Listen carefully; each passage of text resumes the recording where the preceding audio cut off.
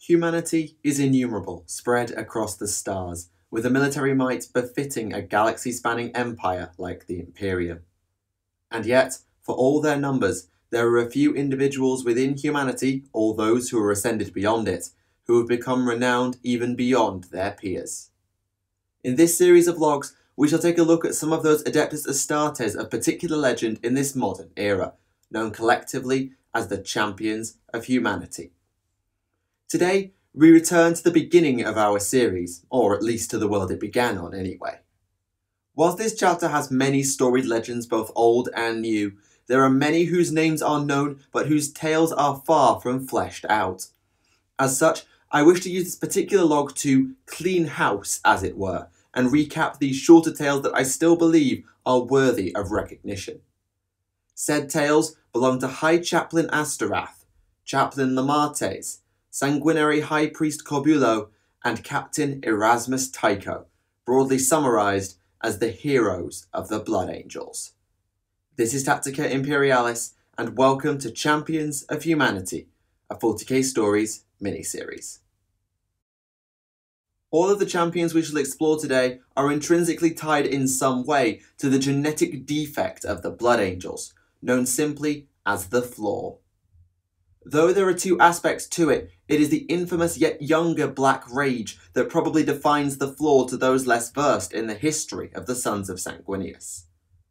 Those who suffer from the Black Rage on the eve of battle become lost in delusion, often fighting in their mind the final battle of their Primarch's life against the treacherous Horus Lupercal, as opposed to whatever foe is truly before them on the battlefield.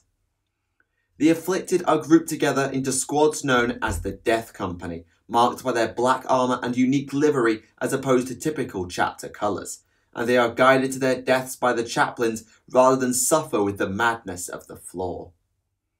The reclusium of the Blood Angels and their successors are thus critical, being the ones who detect those on the edge of succumbing to the Black Rage and also guiding them in their final battle alongside typical chaplain duties. The chaplaincy, of course, has a leader, known as the High Chaplain, who represents the reclusium in chapter command, and in the Blood Angels, this individual is known as Astaroth. The High Chaplain has more than one epithet, however, most notably the one of the Grim. Given he's a chaplain, this moniker probably isn't that strange at first. For all their zealotry on the battlefield and devotion to the cause and welfare of their brothers, I can't tell you they're exactly gregarious folks anyway. But for Astaroth, there's a second, darker reason why his personality gives him that title, one that ties him to his other epithet, the Redeemer of the Lost. Those Blood Angels who end up inducted into the Death Company before a battle will usually be killed during said battle. The chaplains will probably go out of their way to make it happen, in fact, throwing them into the toughest of fighting where their enhanced abilities can make the biggest impact before they die. Unfortunately, this doesn't always work, and some Death Company members will simply not die at the allotted time for one reason or another. And this is where Astaroth comes in. The High Chaplain has a sombre and sacred task, seeking out those who did not fall whilst they were in battle. At that point, Astaroth will kill them himself, giving his lost brothers the redemption and release of death, and meaning they never leave the battlefield alive. Yes, it's morbid, I know, but there's no other choice pretty much.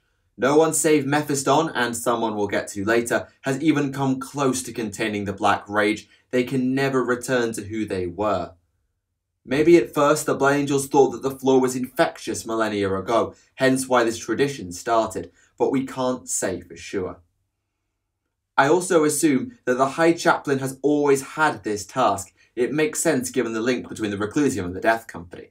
And so I assume also that Astaroth's signature weapon is a High Chaplain traditional symbolic one. This is the Executioner's Axe, a massive two-handed but single-bladed power axe.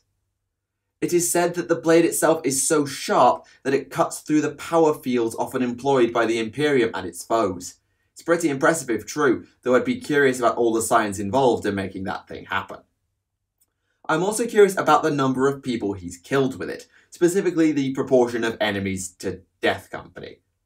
What? It's an interesting question, something worth researching. As for Asteroids Persona, well, the clue's in the name. He's a pretty grim and somber individual. He is always on the move, tracking the onset of the Black Rage like no one else can to guide and, if needed, kill his lost brothers.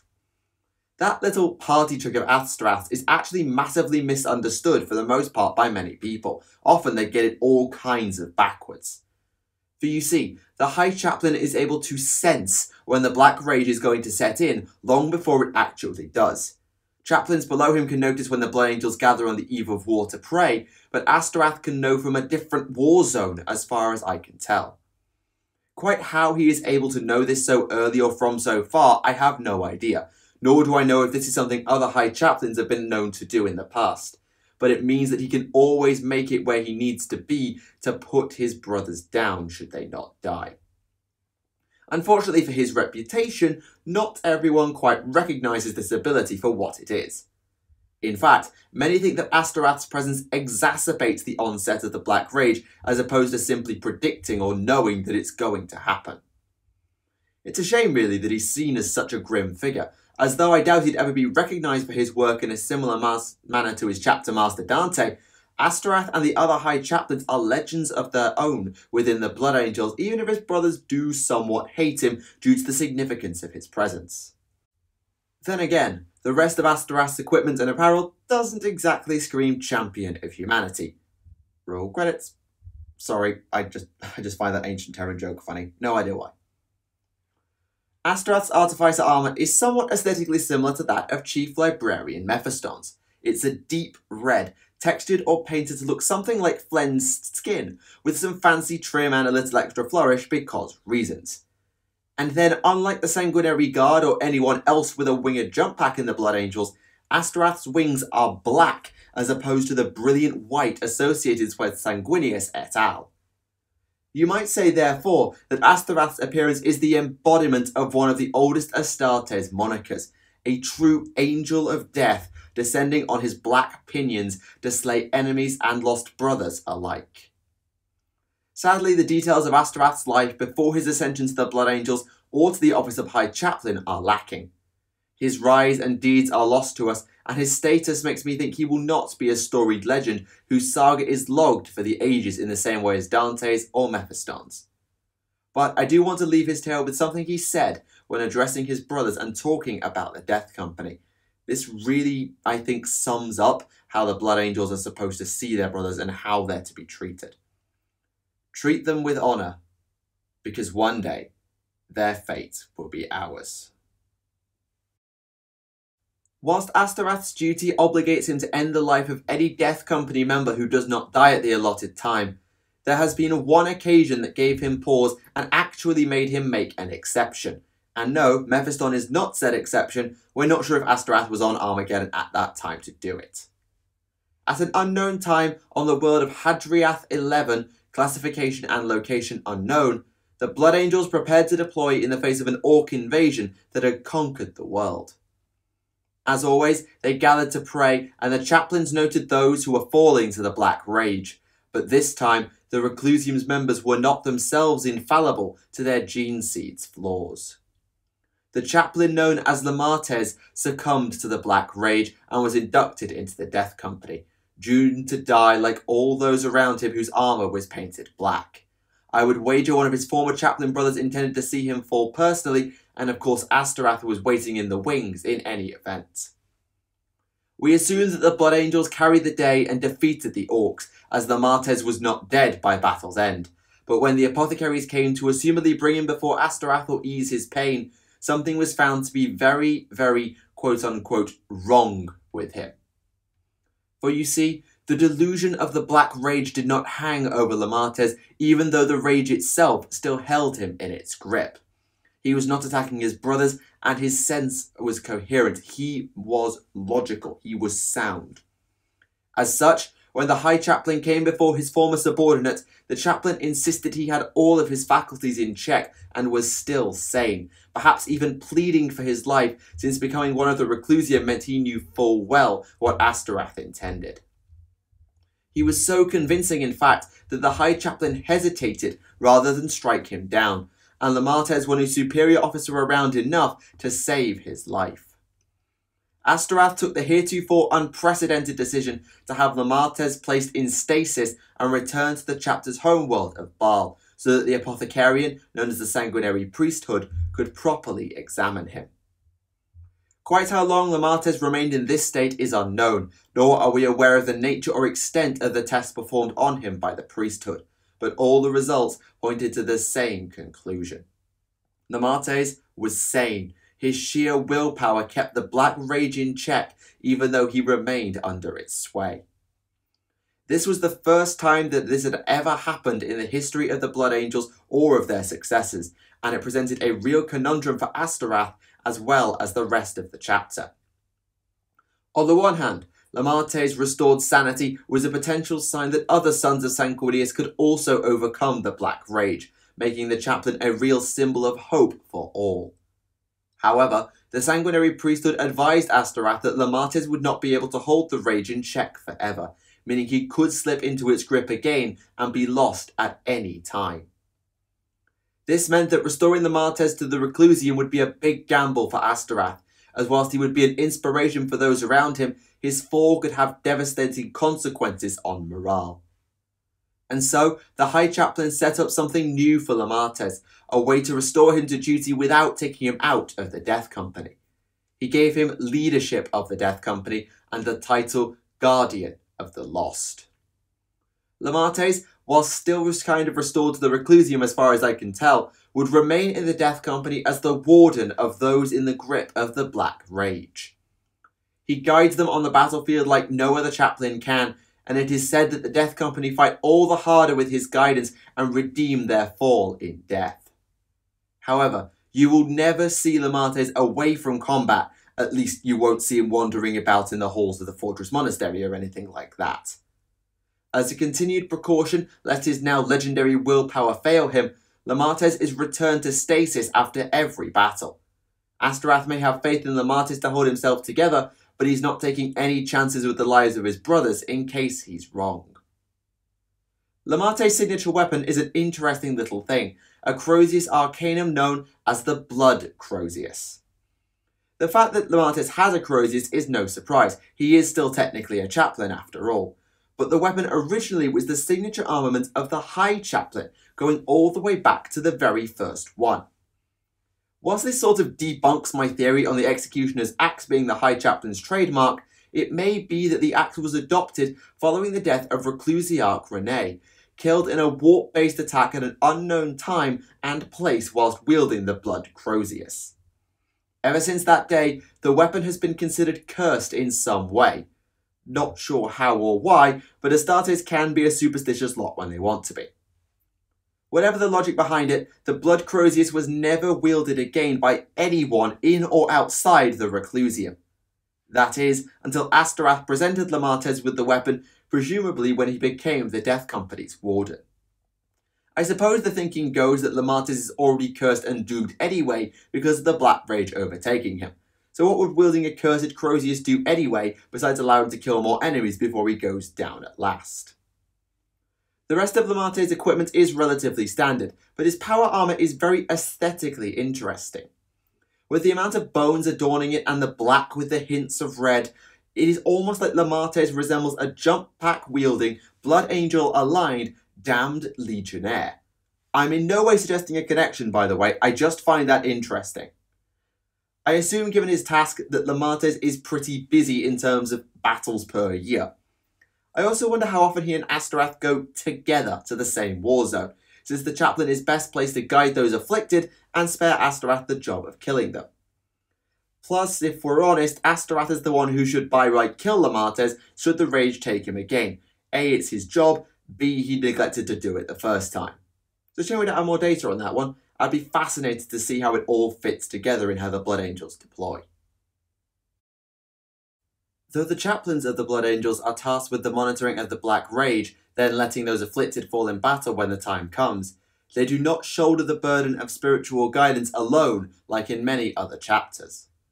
Instead, the apothecarian of the Blood Angels, the Sanguinary Priesthood we mentioned earlier with Lamartes, do part of the job as well, dealing with the other aspects of the Flaw in the chapter gene seed, the Red Thirst. This aspect of the Flaw is perhaps less damaging than the Black Rage, in that it can fade if it flares up, while still making Astartes incredibly dangerous in battle. The priesthood still try to keep the thirst in check though, mainly because those affected are less prone to good strategy, but they know how to make the most of the benefits whilst managing the risks if they should fail to do so. Of course, they still fulfill typical apothecary duties whilst also taking a more prominent role in recruitment to the chapter, using their blood-filled chalices to transfer the gene seed to neophytes. However, there is a special blood chalice specifically reserved for the sanguinary priesthood, the Red Grail. This chalice is a relic probably going back all the way to the days when the Blood Angels were still a legion, as it is said to contain the blood of the Primarch Sanguinius himself. Credit to them for never spilling it, I guess, over the millennia. However, said blood is probably very diluted by now, as the Red Grail is used for the initiation ritual of the sanguinary priests, who drink from the Grail, then spill some of their own blood into it to refill it. The thinking goes that this means the priests are closer to their long-dead Primarch, whilst ensuring that some of Sanguinius' blood remains in the Grail and with the chapter. I mean, I'm not going to say they're wrong, but the first part of that at least I do find rather unlikely. Whatever the truth of it is, the Red Grail is not just a symbolic relic that sits on Baal in the Arx Angelicum all day. Instead, it is carried onto the battlefield from time to time. The one to wield it is the Sanguinary High Priest, the Chief Apothecary himself, an individual known at the moment as Corbulo. Corbulo is a blood angel said to be very similar to his Primarch, both in terms of looks and of personality. Though he has become withdrawn in recent times, he is determined in the extreme to see the Flaw cured, perhaps more than any of the sanguinary priesthood he leads. The goal of curing the Flaw has always been part of the priesthood's work, and it is Corbulo's primary focus. However, his skill set goes far beyond simple battlefield medicine or gene seed studies, as Corbulo is technically also a psyker with mild skills in divination. These prophetic abilities are yet another echo of Sanguinius, and they have proved very useful on several occasions. For example, it is believed that it was Corbulo's visions that allowed the Blood Angels to reach Armageddon so quickly during the Second War for that blasted world, and it was his work that saved Baal itself potentially from the attentions of the Demon Prince Samkar. I don't know if he was part of the team that examined Lamartes when he was returned to Baal by Astaroth. Dates aren't really a thing with these tales, so it's kind of hard to know, but being Sanguinary High Priest, I'd be amazed if he weren't involved either at the time or later, or at the very least, overseeing the whole thing. However, for all his efforts, Corbulo hasn't had it all his own way. When the Blood Fiends, mutant Astartes created with the hidden aid of Fabius Bile, launched their attack on Baal, their leader, known as the Alpha, made a rush for the Chapel of the Red Grail. Corbulo attempted to repel it and its cohorts, but ultimately failed. The Grail remained at the chapel, but the Alpha was able to down its contents before being repulsed. So I'm guessing they have more Primarch blood on tap to refill it. Okay, sure. Ultimately, this invasion would fail, with the last blood feed falling just short of Sanguinius' body, and Corbulo was supposedly involved in the final defense. But I suspect this whole debacle was not a pleasant one for the Sanguinary High Priest, since he basically failed at the one job that he's got. Undeterred and keeping his position, Corbulo continued to study the Flaw in his perhaps vain attempts to find a cure, but in the aftermath of the devastation of Baal, a new development gave him hope that I doubt many of his predecessors could claim to have. I speak, of course, of the Primaris Space Marines, brought by Belisarius Cawl and the resurrected Robert Gilliman at the end of High Fleet Leviathan's invasion of the chapter homeworld. Though opinions in the Sons of Sanguinius were divided on the new Astartes, Corbulo was one of the strongest supporters of the Primaris, and it doesn't really take a genius to work out why. Cawl had made many improvements to Primaris gene seed, and Corbulo was hoping to see those changes include the Flaw, or more accurately, resistance to it. For a long time things were promising, as the Primaris showed no real signs of succumbing either to the Red Thirst or the Black Rage, and the High Priest made a point of following them into battle as far as possible to monitor them as far as we can tell. It was all good, until the battle known as the Kovan incident. The Blood Angels under Corbulo saw great success here against forces of chaos, including the Alpha Legion, but things were not all plain sailing. For you see, the Primaris contingent present displayed a level of violent aggression not before seen amongst their ranks. There is no official confirmation that this is the debut of the Red Thirst amongst Primaris Blood Angels, but the implications of this outburst have to worry Corbulo. After all, if the thirst is there, then the rage may be sleeping too. And if an Archmagos Dominus who worked with the Emperor back in the day can't fix the flaw, well, who can? Either way, the High Priest continues to study and to fight, bearing the Grail into battle along with its force field generator, alongside another Sanguinius-era relic, the chainsword known as Heaven's Teeth. Details on this weapon are scarce, such as design specs or unique traits, but its age, along with everything else, makes it incredibly valuable to the Blood Angels, and it shows how much faith is placed in the Sanguinary High Priest to bear it and the Red Grail on the battlefield. They have to seriously trust him not to die and or lose them if they're going to give him 2 Primarch-era relics to carry around. Last but not least today, I wish to tell the tale of perhaps the only champion in this series of logs who is not alive today, as it shows just how devastating the Black Rage can be. Said champion is the former 3rd captain of the Blood Angels, an individual known as Erasmus Tycho, or as he is known to some, the Fallen Star. Tycho's origins are unknown, but he was a rising star within the Blood Angels by the time of the Second War for Armageddon, where the Astartes famously defeated War Ghazghkull, with a lot of help of course. Tycho was already in the 3rd company by this time, but when the captain was slain by the Greenskins, he took overall command to our knowledge. Admittedly, he nearly didn't get a very long tenure in the role, as his forces ran into a warband in the equatorial jungle, dividing Armageddon Prime from Armageddon Secundus. This engagement did not end well for Tycho, as he became horribly disfigured and was lucky to survive against a psychic attack from an Orc Psyker known as a Weird Boy. Given the Blood Angels are rather keen on aesthetics et al., it was to cover this injury that Tycho had his now iconic half-face mask forged. The injury didn't stop him though, and he went on to have a seemingly glittering career as 3rd captain.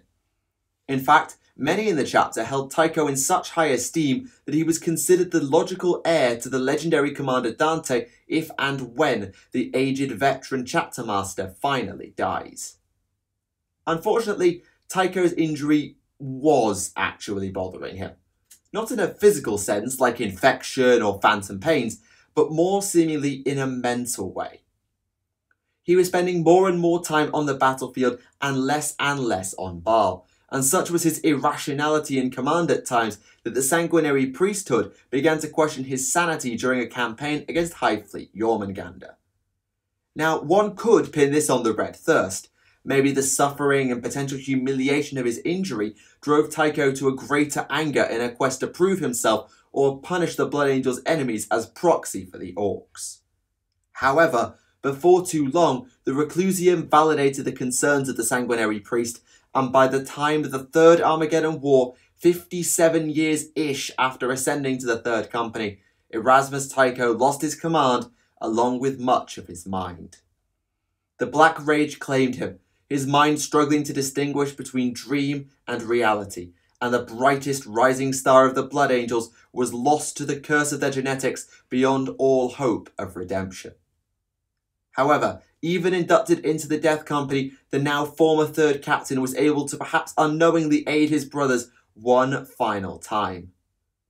It is believed he requested personally to lead the assault on the defences of Hive Tempestora, perhaps a last act of vengeance by what remained of his lucidity, and he was granted what would ultimately be his final wish.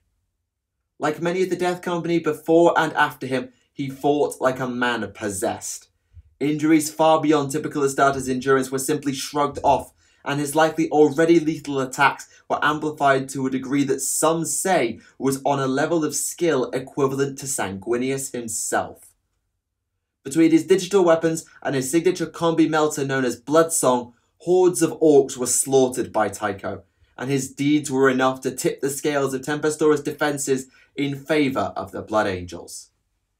But unlike the Martes, there would be no need for High Chaplain Astaroth to visit Erasmus Tycho in the aftermath of the battle. With his Primarch's name supposedly his final word, his body gave out, and the orcs brought the former captain low. He died with honour and was as much a hero as any in the Death Company, but Tycho's legacy is not glittering, it is a somewhat dark one. The tale of Tycho is not merely the saga of a hero lost as it might be in chapters such as the Space Wolves. Instead, it is a cautionary tale. It tells that no one in the Blood Angels, no matter their skill at arms or strength of will, is immune to the Black Rage. And we've seen this elsewhere. Mephiston has been lost to the Rage at least once since his pseudo-apotheosis, and even Dante himself was seeing Horus instead of the Swarm Lord during the final battles on Baal. And Lamartes, who was on Armageddon alongside Tycho, may have the Rage in check for now, but he's still in the Death Company and considered too dangerous to just wander freely when not in battle. No one is safe from the Flaw, and Erasmus Tycho, for all the plaudits he earned, is perhaps the most high-profile example of this fact. The warship named in his honour, cementing his legacy and tale in the history of the Angels for centuries to come, is the physical reminder of this, a tribute to a hero, but also a warning of what the Flaw can do. As an aside, just while I was talking about succession, we are unsure as to who will actually inherit the Blood Angels after Dante dies. Tycho was a likely candidate and probably would have got it had things gone differently, but with the amount of casualties fighting the Tyranids, I'd be curious to see who the planned successor is, or even what the general line of succession is in most times. And so, we conclude our look at the heroes of the Blood Angels. Whilst the stories of those we've explored today are short, none can deny their importance to the sons of Sanguinius, both past and present. They give us a unique insight into the operation of the Blood Angels and how they cope with their genetic flaw, both when they go to war and in behind-the-scenes study. How their stories will develop is unclear, especially now that Primarch are involved and may or may not be susceptible to the Flaw, but it is an interesting time for the sons of Sanguinius nonetheless. For now though, we must move on. I want to follow up on something that we discovered during the recent log on the Space Marine foundings. As there were so many chapters in that log, I only got to mention by name, because there was just too much to talk about. For the next log then, we'll be going all the way back to the second founding. The chapter in question is an interesting one, relying on its psyches in a way I can only think of the Grey Knights doing to my knowledge. I hope you've enjoyed this latest instalment of Champions of Humanity, our 40k Stories miniseries looking at the greatest of the modern era, Adeptus Astartes. Thank you for watching Tactica Imperialis, and I'll see you all again. Goodbye.